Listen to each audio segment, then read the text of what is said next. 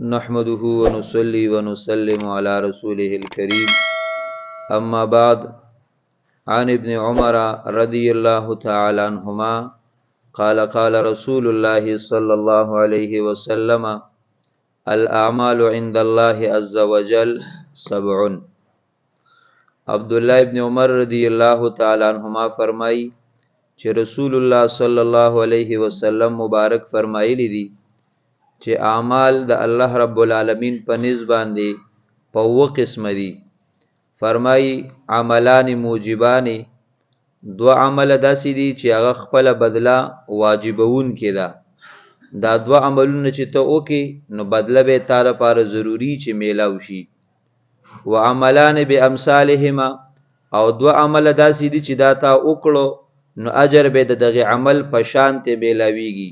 که عمل دی یو دی اجر به یوي، که دغه عملونه د دوه کړي دي نو اجرونه به دوی.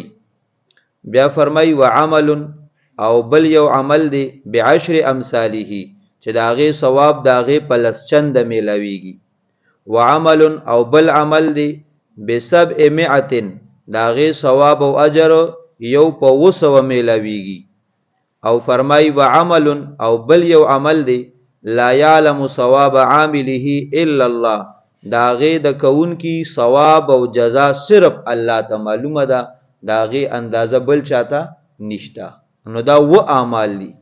اوس ورپسې روایت کې د دې تفصیل بیانی کې چې دا کم کم عملونه دي. نو فرمای فاما الموجبان، پس هر چې هغه اعمال دي دو اعمال چې هغه واجبي خپل بدلی لره ناغه دادي.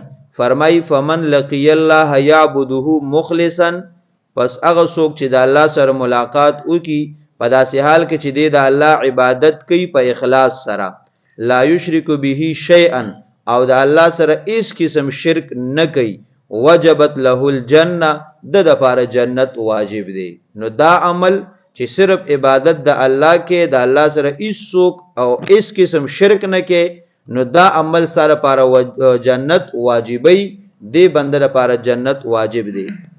بیا فرمای ومن لقی الله قد اشرک به، او څوک چې د الله سره ملاقات کی په داسې حال کې چې د الله سره شرک کړي، وجبت له النار، د لپاره جهنم واجب دی. نو دا شرک عمل دا جهنم ته لپاره واجبی.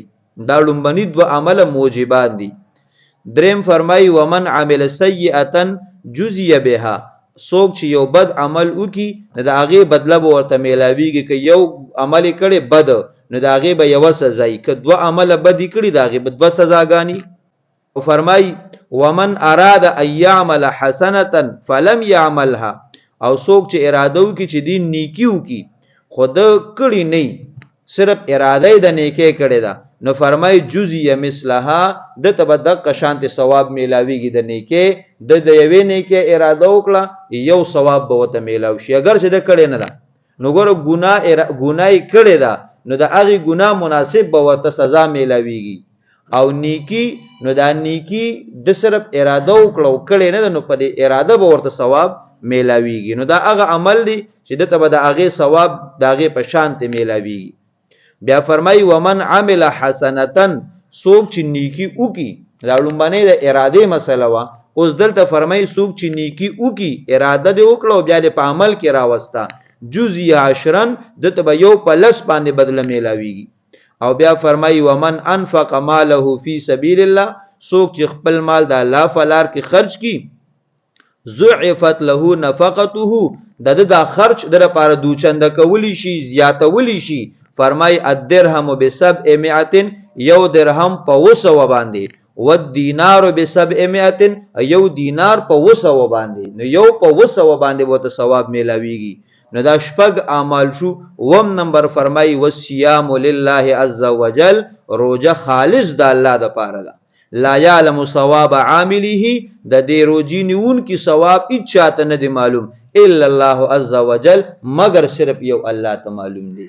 نو د روزي ثواب یو په یو په لس، یو په 200 نه دی، د دې ثواب صرف الله ته معلوم دی، د دې اندازه بل چاته نشته دی. نو دې روایت کې د روزي د اجر او د ثواب بیان دی.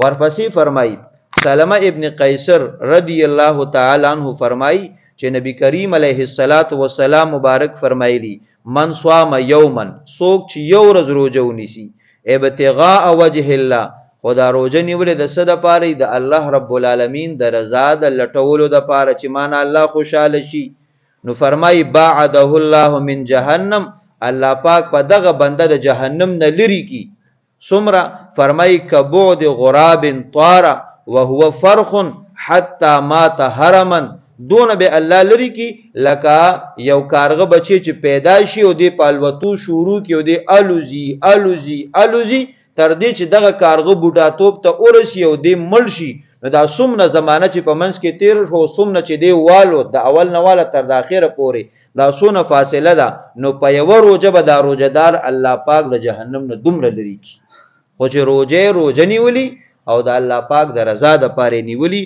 نو د یوې روژې دومره ډېر ثواب دی ابو هریره رضی الله تعالی عنہ فرمای چې رسول الله صلی الله علیه وسلم مبارک فرمایلی لو ان رجلا صام یوما تطوعا کچرته یو کس دی یو ورځ نفلی روزه ونیسي ثم اعطي ملء الارض ذهبا بیا دته ورکړي شي چې د ځمکې د څومره حصه ده د دې مناسب سره زر دته میلاو شي لم یستوفي ثوابه نو د دې یوې نفلی روزې ثواب نشي پوره کولی یو نفلی روزې نیولې ده او د دې ثواب دته میلاو شي د دې په بدله کې دا ټول ځمکه د سرو زرو ډکه کې او دلې ورکې چې دا والو دا ثواب راکا دا ټول سره زر د دې ثواب پوروالی نشي کولی په ورځ د قیامت باندې نو په قیامت کې به دته د دې یوې روژې دومره ډېر ثواب میلاویږي او دا روژه نفلي روژه ده اوس که یو بنده د رمضان المبارک په میاشت کې په اخلاص سره د آداب او خیال ساتلي روژې نیولي د هغې ثواب به څومره زیاتي د هغې ثواب اندازه صرف دې نه ولګوه چې د رمضان فضیلت په نفلو باندې څومره زیات دی په نفلي روژه باندې نو دومره ثواب به د رمضان د نفلي روژې نه زیاتي چې څنګه حیثیت او مقام تی اوچت دی دونه به بدلو ثواب اوچتی